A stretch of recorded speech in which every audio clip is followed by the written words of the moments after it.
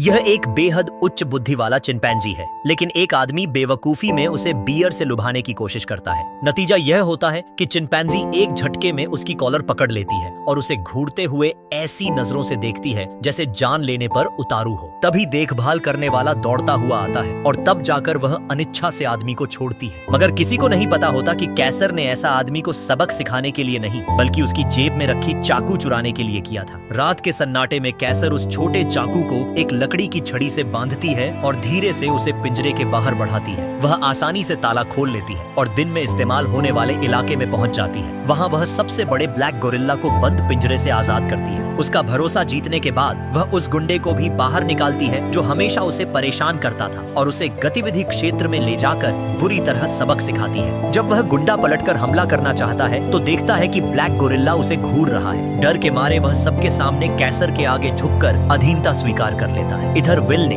अपने अल्जाइमर से पीड़ित पिता को संशोधित वायरस दवा पिलाई, लेकिन इंसानी शरीर उसकी ताकत सहन नहीं कर पाया और उसके पिता की मौत हो गई। इसके बाद विल को कैसर की याद आती है और वह अपनी काबिलियत से आश्रय गृह के मैनेजर को मनाकर कैसर को घर ले जाना चाहता है, मगर कैसर अब भी उसे छोड़ देने से नाराज होती है। काफी मनाने के बाद जब कैसर बाहर आती है तो वह दूसरे चिंपैंजियों को देखती है और फिर विल के हाथ में रखे उपहार को देखकर एक चौंकाने वाला फैसला लेती है। वह सबके सामने पिंजरे का दरवाजा खुद बंद कर लेती है और वहीं रहने का फैसला करती है, क्योंकि अब वह नहीं चाहती कि इंसान तय करें कि उसे और उसके साथियों को कब और कहां जाना है। उसके इस फैसले पर बाकी चिंपैंजी खुशी से झूम उठते हैं। एक दिन चिड़ियाघर में दो बेहद होशियार चिंपैंजी भागने की योजना बनाते हैं। कैसर कहती है कि सबको एकजुट होना होगा, लेकिन मॉरिस को लगता है कि कई चिंपैंजी बहुत मूर्ख हैं। तभी एक कर्मचारी पासवर्ड डालते हुए निकलता है और कैसर उसे ध्यान से देखकर याद कर लेती है। रात में वह दरवाजा खोलकर वेंटिलेशन रास्ते से छत तक पहुंचती है, मगर भागने के लिए नहीं, बल्कि अपने मालिक के घर जाकर नई दवा चुराने के लिए। यह दवा चिंपैंजियों को और बुद्धिमान बना सकती थी।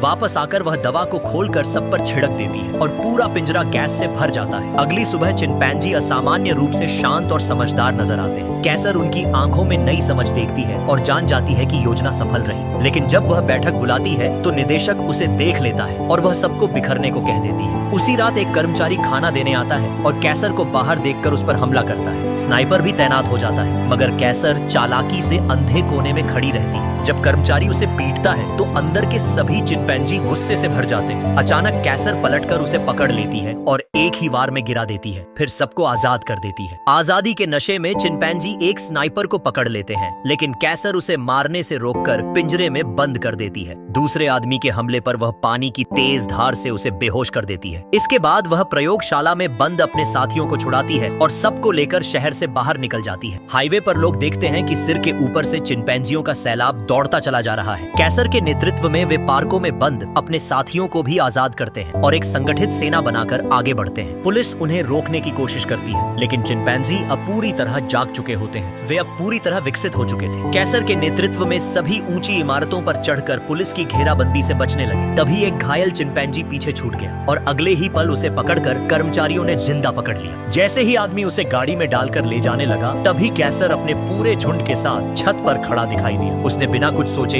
एक भारी लोहे का भाला उठाया और पूरी ताकत से गाड़ी की ओर फेंक दिया। भाला कार के इंजन को चीरता हुआ घुस गया। उसी क्षण पीछे का दरवाजा एक चिंपैंजी ने फाड़ डाला और घायल साथी को आसानी से बचा लिया। कैसर जानता था कि यह रुकने का समय नहीं है। वह तुरंत सभी को लेकर एक ट्राम पर चढ़ जाता है और गोल्डन गेट ब्रिज की ओर रेडवुड जंगल की दिशा में बढ़ जाता है। रास्ते में अचानक आगे से पुलिस की कई गाड़ियां रास्ता रोक लेती हैं और पीछे से घुड़सवार पुलिस भी आ जाती है। हालात देखते ही कैसर 3 हिस्सों में बंटने का आदेश देता है। एक आंख वाला चिंपैंजी कुछ साथियों के साथ जंजीरों के सहारे पुल के ऊपर से घूमकर आगे बढ़ता है। लाल बालों वाला विशाल चिंपैंजी अपनी टीम के साथ पुल के नीचे से हमला करता है। वहीं ताकतवर ब्लैक गोरिल्ला कैसर के इशारे पर सड़क में खड़ी एक बस को ढाल बनाकर आगे बढ़ते हैं। जब तक पुलिस समझ पाती, तब तक तीनों दिशाओं से एक साथ हमला हो चुका था और इंसान पूरी तरह बिखर गए। मगर खुशी के पल ज्यादा देर नहीं टिके। अचानक ऊपर से एक सशस्त्र हेलीकॉप्टर आ गया और अंधाधुंध गोलीबारी शुरू हो गई। कैसर ने फुर्ती से एक मोटी जंजीर उठाई और पूरी ताकत से फेंक दी, जिससे हेलीकॉप्टर डगमगा गया। गुस्से में एक अधिकारी ने कैसर पर गोली चला दी, जिससे ब्लैक गोरिल्ला भड़क उठा। वह कैसर को धक्का देकर खुद छलांग लगाता है और हेलीकॉप्टर से टकराकर उसे नीचे गिरा देता है। कैसर दौड़कर उसके पास पहुंचता है, लेकिन भारी चोटों के कारण ब्लैक गोरिल्ला वहीं दम तोड़ देता है। उसी समय हेलीकॉप्टर के भीतर से मदद की आवाज आती है। कैसर पास जाकर देखता है तो पता चलता है कि वही इंसान इस पूरे कहर का जिम्मेदार था। कैसर इशारा करता है और एक आंख वाला चिंपैंजी आगे बढ़कर जोरदार वार करता है। अगले ही पल हेलीकॉप्टर पुल से नीचे गिर जाता है। इसके बाद कैसर अपनी नई सेना के साथ पुल पार करता है और सामने फैले रेडवुड जंगल की ओर बढ़ जाता है, जहां आखिरकार उन्हें अपनी आजादी मिलती है।